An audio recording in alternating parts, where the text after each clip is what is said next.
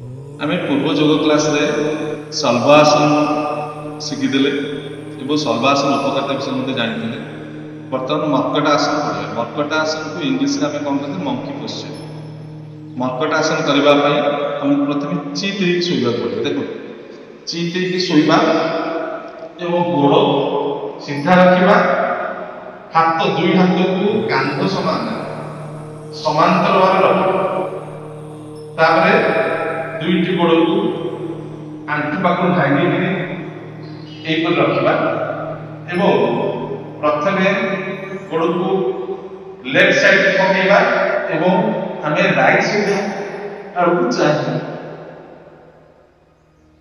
पुनर्बार पूर्व अवस्था को फेरवा पुणी थे से गोड़ को राइट साइड पकेबा लेफ्ट साइड चाहिए पुणी पूर्व अवस्था को फेरवा यहीपर आम तीन थर अभ्यास कर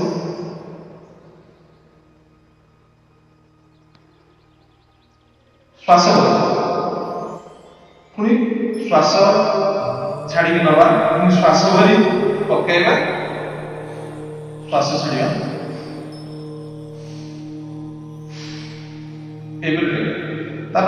द्वितीय भाग करवा देख प्रथम राइट लेग को हम 90 डिग्री रखा 90 डिग्री रखी आम लेफ्ट को पकेबा घूमे और राइट को चाहिए पुनर्बार पूर्व अवस्था फेरवा लेफ्ट लेग को से 90 डिग्री रखा राइट को पकेबा धरवा लेफ्ट पट को चाहिए यहीपरि भाव में आम तीन थर अभ्यास कर श्वास छाड़ पुणी श्वास आनी श्वास भरिक उठेवा पुणी श्वास भरी उठेवा श्वास छाड़ी पकेवा यहीपरि भाव में अभ्यास कर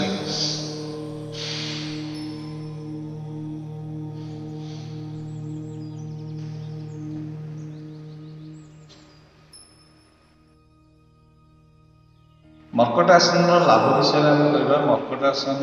करने द्वारा आम अंटा बथा सर्वाइकल स्पॉन्डिलाइटिस साइटिका पेट बथा कोष्ठकाठिन्य एवं उदर जनित समस्त रोग दूर होता है सहित आम मोटापा जोटा फैटनेस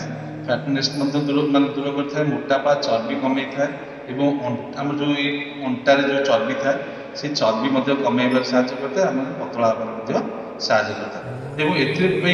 किसी सावधानता अवलंबन करा पड़ो आम